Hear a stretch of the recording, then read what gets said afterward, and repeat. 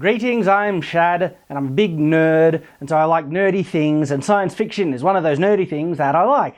No surprise there. And I want to talk about a little pet peeve I have when it comes to science fiction, and that is proper extrapolation of technology. Okay, so that's a convoluted, overly complicated way of trying to state something. What is it? What I'm trying to say is that when a science fiction, whatever, establishes that they're capable of doing something, they need to look at that and then extrapolate all the logical ways in which that technology would be used in society and by people. Because people are very opportunistic kind of creatures. If they see that something can do something that's effective, they're going to say, oh, look at that. What are all the other ways that we can exploit that to our own advantage? Look at the internet, okay? The internet is a great example of technology made, and now look at all the ways that we've exploited that technology for our own gains. And I'm not saying that's a bad thing. I think it's actually a very characteristic thing about the human race and really anyone with any level of intelligence, that once they see something that can be used in a nifty way, they're gonna explore that further and try and figure out all the other ways that it can be used. And so when this is not done in a science fiction, because a science fiction is always proposing new technologies, it's the future, it's science fiction,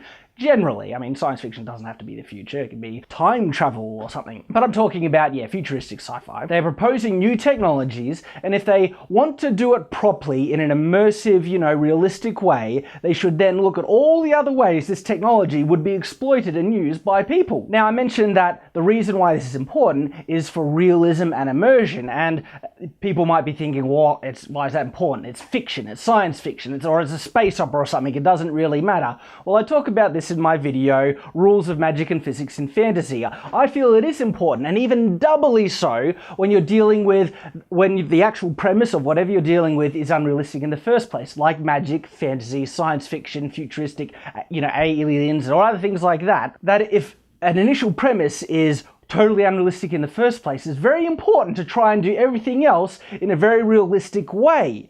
Because what you want is immersion and realism. You want us to be drawn in to this hypothetical, unrealistic bit of fiction and fun. And so it's very important to be consistent with the rules you establish and to extrapolate anything you say about the rule, the magic, or the science. And so a classic example of this, and there are so many examples. You can look at really any science fiction, because I feel it's very careless from a writer's perspective for writers to just throw in, they can do this, just because it's cool. I feel that's very careless for them to just do that and to not actually take a mature, logical look at what that technology is really implying. A great example is near light speed travel or faster than light speed travel, because if you can accelerate matter to incredible levels of speed, well, that has some pretty big implications. First implication is that regularly anything with mass cannot achieve light speed, or even, of course, greater than light. Technically, nothing can go faster than light speed. So in the first place, you need to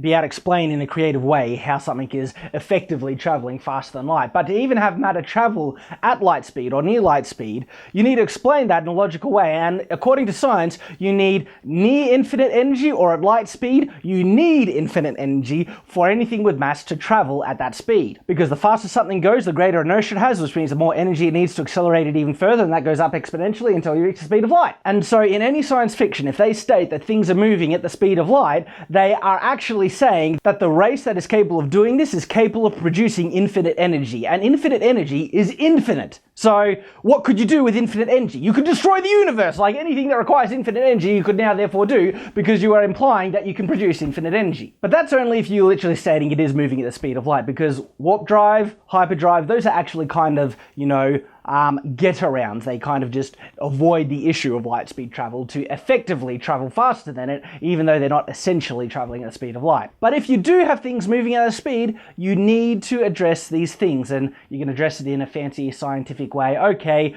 we are achieving it through a different way. That means you don't need infinite energy, but it's some fancy doobadaki whatever, a MacGuffin device. but you are still saying that things are capable of moving at that speed. So the next implication of things that are of what happens if you're able to accelerate things with mass to light speed is that anything with mass moving at that speed, the impact force, the kinetic energy produced from that impact is so great. And so that alone says so much about the type of weapons and things that can be produced out of just the kinetic energy impact of things moving so fast. So again, logical extrapolation of technology, or as soon as you state that technology is capable of doing something, you need to logically extrapolate and look at, okay, what are the other ways, what are the things that implies? How would humans use that and take advantage of it to do whatever they want? Another one that comes up a lot in sci-fi is space shields. So ships have spatial shields, deflector shields, whatever, okay? Now, the science or the possibility of the reality of actually having a shield that can block like any type of, matter, energy, whatever, is on shaky grounds already. The closest kind of models that people have tried to theorize are things that work with the electromagnetic field. But that also means that anything that is not affected by like magnetism, electromagnetic interaction, stuff like that, would not be affected by these shields at all, and they do not nearly get to this force field barrier that is able to stop, anything getting through it. So yes, the science is shaky enough in regards to that. But as science fiction, look, we just like to have fun sometimes, and sometimes we just want to say our spaceships have shields. All right, if you say that, okay, what does that mean? How is that going to be used outside of just shields on spaceships? Now, funny, I find sometimes that, like, Star Trek, they've extrapolated some things and done some really stupid things as a result, saying, okay, we can make force fields, so therefore we'll use force fields to repair hull breaches in our ships, and also force fields to hold our prisoners in the brig and stuff like that. That's just so stupid, because of course when you lose power, guess what? You can't seal off things, when there's a hull breach, and all your prisoners get loose. So that is a stupid extrapolation and use of such a technology. And yet Star Trek does not do the most obvious thing that you would do. If you're capable of making a shield, and you're capable of making smaller shields, which they establish they can do because of these smaller shields that are in the brig and also blocking off, hull breaches and stuff like that, you would use them for personal defense. Yet nowhere in Star Trek do you see anyone, and I'm talking about every single movie and TV episode ever made, have I ever seen anyone in Star Trek use a personal shield to protect themselves from phasers and other things like that. I mean, the closest thing are the Borgs, how they are able to adapt to phaser fire and stuff like that, but that's a bit different to actually just having a shield like they have on their starships. Funny thing is, in Star Trek video games, they do have personal shields, just because it's obvious, but in the TV shows and movies, no, they don't.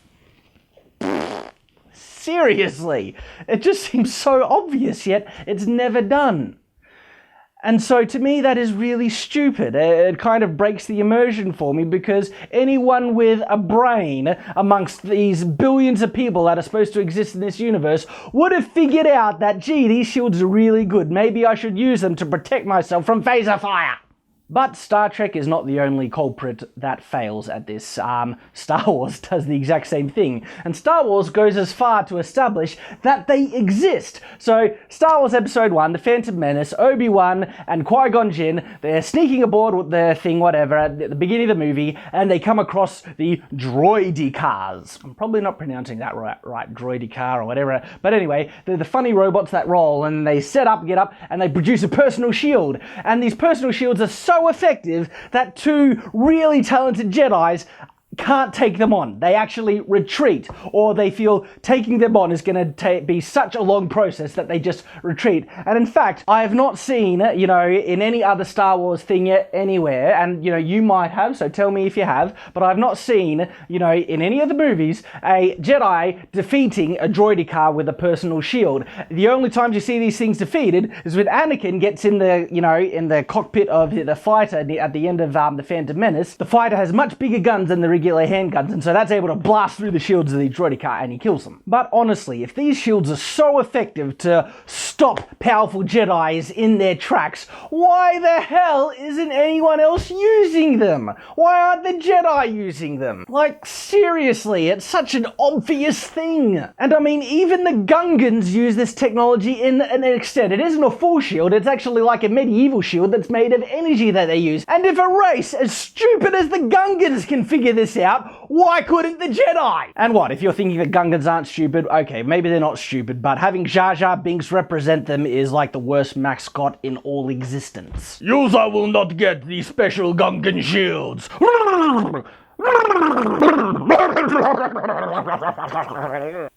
Yeah, needed to take my glasses off with that. They would have flown off some random direction. So yeah, like, you know, the Jedis are so powerful with their lightsabers, but, you know, why don't combine a shield with it as well? And then suddenly it becomes so much more powerful. So these are just two examples of glaring stupidity in two of the most beloved science fiction properties. And of course, I think Star Wars comes off a little bit better than Star Trek, because Star Wars, I mean, it's funny, a lot of the technology, you know, is feasible, but also at the same time, they're also a space opera, and so the technology isn't that important in the overall realm of Star Wars. Whereas with Star Trek, they do make the technology quite important to many elements within the story, to plot, character development, you know, setting, the ships, all that stuff. So the technology is a bit more important in Star Trek, and so they lose a few more points in my book, unfortunately. Now, I've just given two examples, and there's actually so many other examples that, you know, we could go into, but I'm not going to, just because I think that paints the picture of what I'm trying to say, is that with science fiction, it is like, and I mean, why am I really saying it? It's a pet peeve. I like to, you know, share my pet peeves with you just because I don't like being annoyed alone. I'm sorry, it's a bit of a jerk. But yes, science fiction, proper extrapolation of technology to increase the realism and, you know, when you're developing stuff. And so, you know, if you ever making science fiction anything for a role-playing game, you happen to be a writer yourself or whatever, this is an important thing to remember. And even if you don't do any of this stuff, if you know it now, it means you can make fun of movies and feel better about yourself, which isn't the most productive way to feel better about yourself. Go to the gym! Actually, I should really go to the gym. I am such a hypocrite. Yeah. Thanks for letting me rant. Thanks for watching. See you later.